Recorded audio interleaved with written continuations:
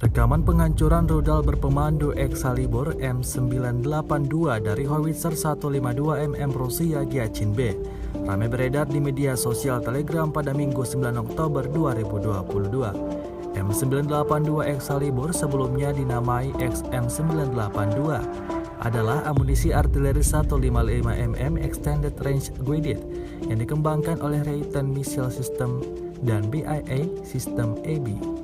Ini adalah amunisi berpandu GPS yang bisa digunakan dalam situasi dukungan pasukan yang dekat dalam jarak 150 hingga 75 meter.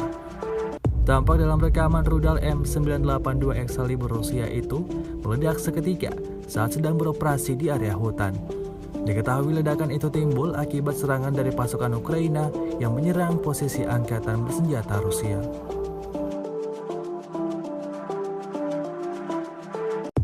Terima kasih sudah nonton. Jangan lupa like, subscribe, dan share ya.